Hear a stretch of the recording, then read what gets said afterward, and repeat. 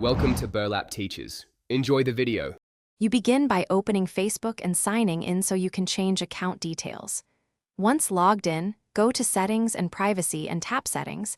This takes you to Personal Information where phone numbers live. You need to confirm you can edit the profile, so make sure two-factor or recovery methods won't lock you out. If you see multiple numbers, identify the one to remove. Now that you're on the phone number line, prepare to edit or remove it. Don't leave the screen until the next step is ready.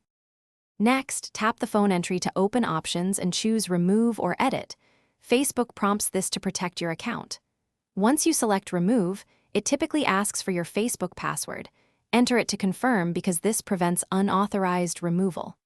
If Remove is grayed out, add an alternate contact like an email address or another phone, then retry.